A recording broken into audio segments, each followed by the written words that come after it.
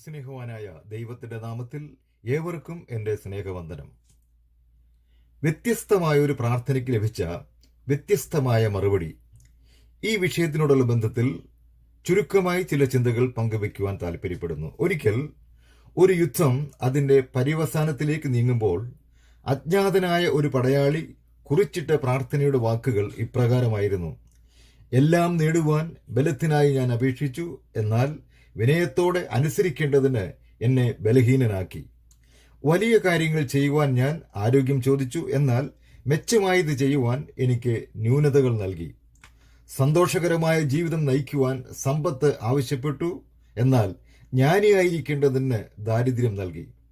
മനുഷ്യരുടെ പ്രശംസ പിടിച്ചു പറ്റേണ്ടതിന് ഞാൻ ശക്തിക്കായി അപേക്ഷിച്ചു, എന്നാൽ ദൈവത്തെ അനുഭവിച്ചറിയേണ്ടതിന് ബലക്ഷയം നൽകി. ജീവിതം ആസ്വദിക്കേണ്ടതിനുള്ള എല്ലാറ്റിനായും പ്രാർത്ഥിച്ചു, എന്നാൽ എല്ലാം അനുഭവിച്ചറിയേണ്ടതിന് ജീവിതം നൽകി. ഞാൻ ചോദിച്ചതൊന്നുമേ എനിക്ക് ലഭിച്ചില്ല, എന്നാൽ ഞാൻ പ്രതീക്ഷിച്ചതെല്ലാം ഞാൻ ആവശ്യപ്പെടാതിരുന്ന പ്രാർത്ഥനയ്ക്ക് ഉത്തരമായി ലഭിച്ചു. അദ്ദേഹം തന്റെ വാക്കുകൾ അവസാനിപ്പിച്ചിരിക്കുന്നത് ഇങ്ങനെയാണ്: അതെ, ഞാൻ എല്ലാവരേക്കാളും സമൃദ്ധമായി അനുഗ്രഹിക്കപ്പെട്ടവനാകുന്നു.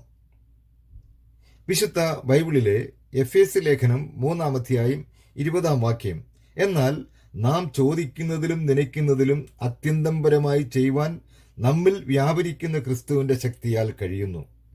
മനുഷ്യൻ ചോദിക്കുന്നതിനപ്പുറമായി ദൈവത്തിന് നൽകുവാൻ കഴിയുമെന്ന് ശലോമോന് സർവശക്തൻ കൊടുത്ത അനുഗ്രഹത്തിൽ നിന്നും വ്യക്തമാകുന്നു. നാം ആവശ്യപ്പെടുന്നതിന് മുമ്പേ നമ്മുടെ ആവശ്യങ്ങൾ ദൈവം അറിയുന്നു. ഒരു പക്ഷേ ചില കാര്യങ്ങൾ ആവശ്യപ്പെടുവാൻ സാധിച്ചില്ലെന്ന് വരാം.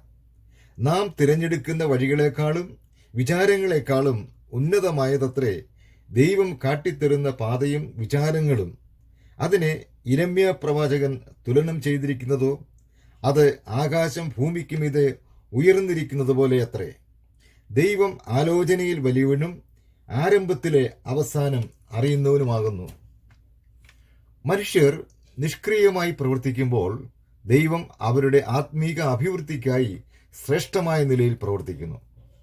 പ്രാർത്ഥന കേൾക്കുന്ന ദൈവം നാം കഴിക്കുന്ന യാചനകൾക്ക് അനുസൃതമായി ഉത്തരം നൽകണമെന്നില്ല.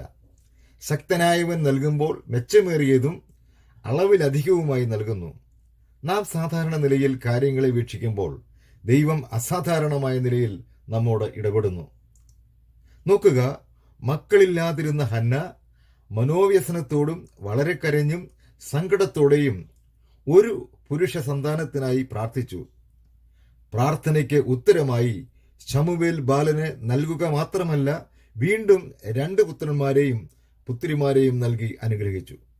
സുന്ദരമെന്ന ദേവാലയ ഗോപുരത്തെങ്കിൽ ജന്മന മുടന്തനായവൻ ഭിക്ഷയ്ക്കായി യാചിച്ചുകൊണ്ടിരുന്നു. എന്നാൽ ദൈവാനുഗ്രഹത്താൽ പത്രോസിൽ കൂടി തനിക്ക് ലഭിച്ചതോ താൻ ഒരിക്കലും പ്രതീക്ഷിക്കാത്ത നിലയിൽ കുതിച്ചെഴുന്നേറ്റ് നടക്കുവാനും നടന്നും തുള്ളിയും ദൈവത്തെ പുകഴ്ത്തുവാനും ഇടയാക്കി.